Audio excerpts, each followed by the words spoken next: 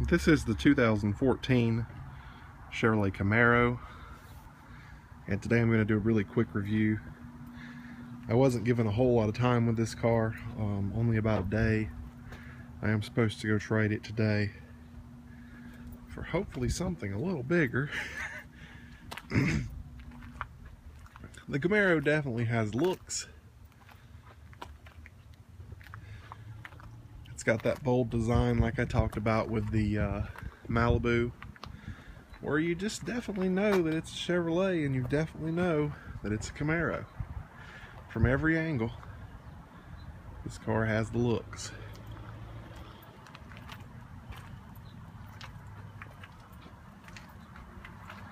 Some things that I didn't particularly like was that it did not have a signal on the mirror, but it does have these side markers in the front and the back that light up in the night. I like to have lights at every angle just because I want people to see me. I don't want someone to, sideswipe me or something. It does have fog lights, which was a big plus for me. I like fog lights. This particular car does feature remote start. The key fob. This is actually not the key, which is weird. The key is not in here. It's a physical key. But we hit lock, we hit remote start.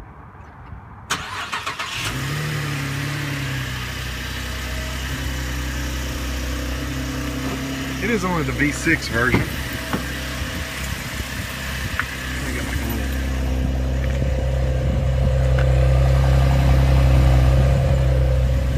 You can hear the exhaust there.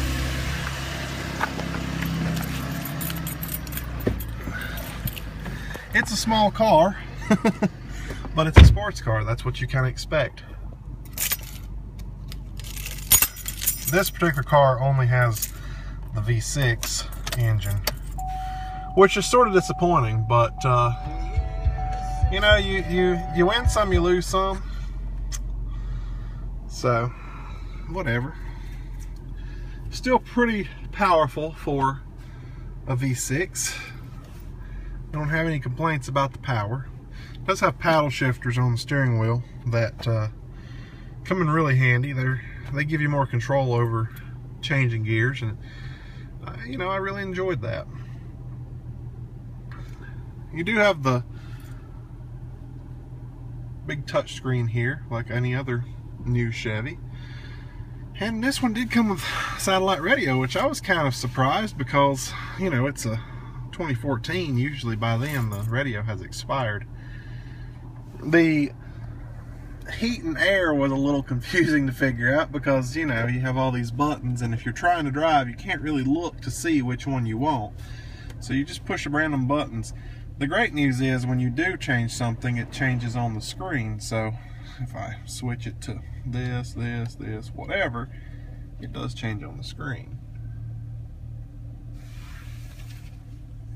I'm going to change it to cool because it is a little warm. You do have your center gauge cluster, and as you can see, I like the digital speedometer. That's kind of what I like to do. I like to have that. This does have every feature, scroll through as the Malibu had. This one has a new menu called Performance menu.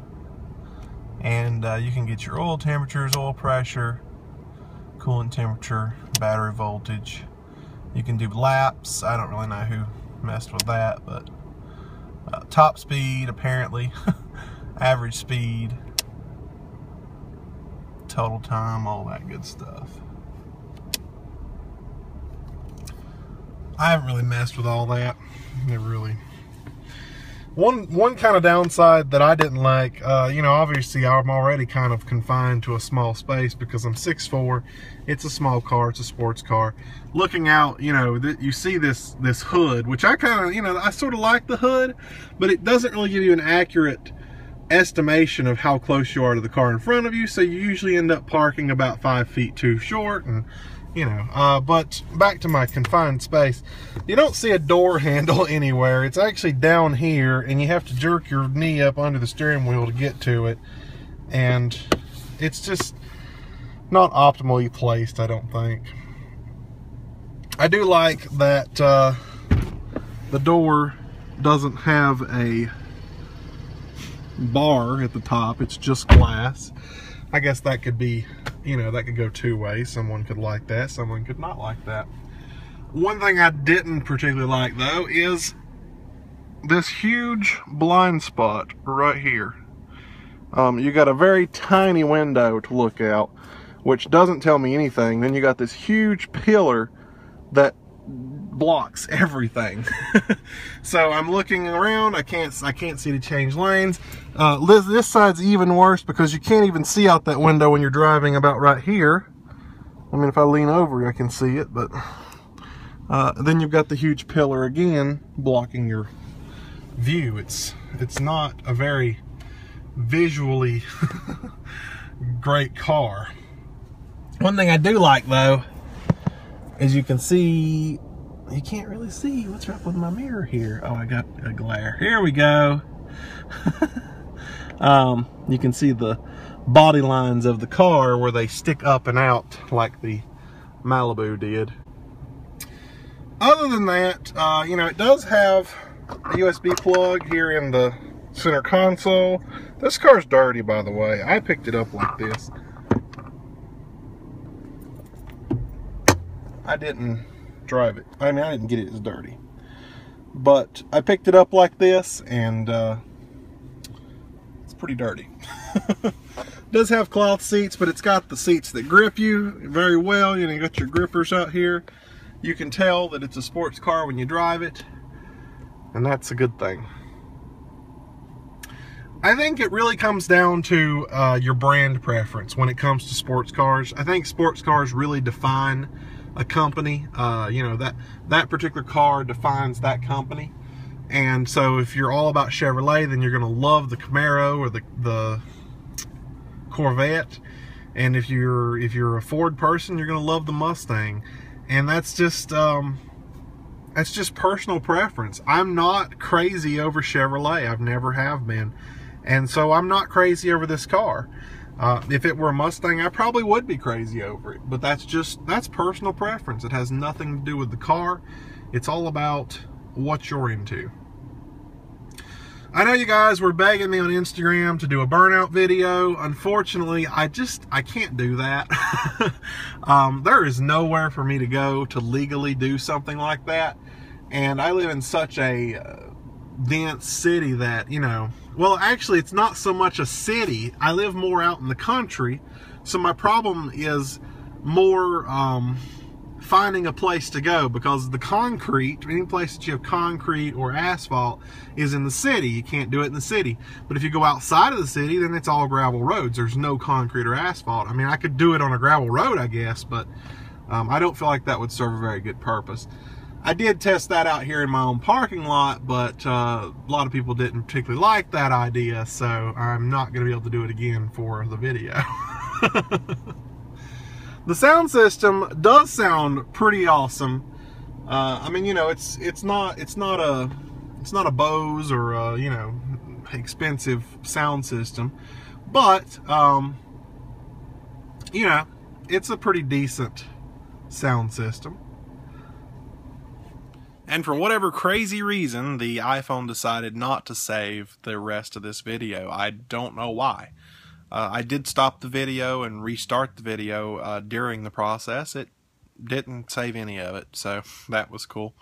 I guess there was something going on. I don't know. But anyway, I hope this has really been a sufficient review for you guys. I've only had the car about 24 hours, so I haven't really had a chance to do anything with it or make a review about it. I just tried to slap something together real quick before I have to take it back, and hopefully this works. So I'll have something up the next car. Don't really know what I'm getting. They did tip me off about a Chevrolet Equinox, but those cars aren't that nice. But they also told me a Dodge Durango yesterday, and I never got it. So who knows? Who knows what I'll be into? It's, you know, it's tax season. People are like, oh, I got to go rent a car. So rent a car once you buy one, bro. I mean, for the money you would spend in renting a car, you could go buy a new car. Not a new car, a used car. A very cheap used car. And, you know, I guess that could go for me too. I mean, I could go buy a car and what I spend.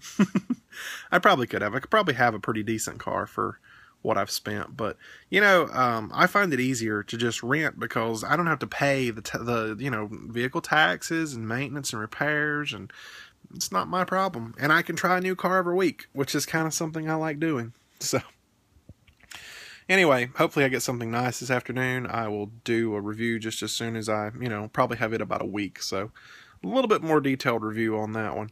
But, yeah, I'll see you guys later. Here's a little bonus video that I had not intended including in the video, but I went and grabbed it afterward, and I was like, hey, I'm going to go include it in the video.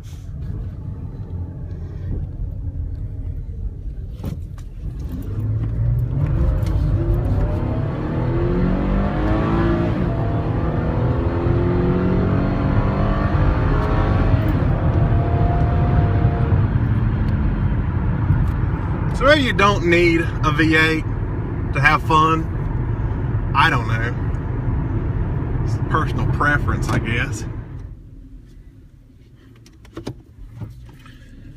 There is one feature that I do like, which is traction control, where you can turn it off, which is useful.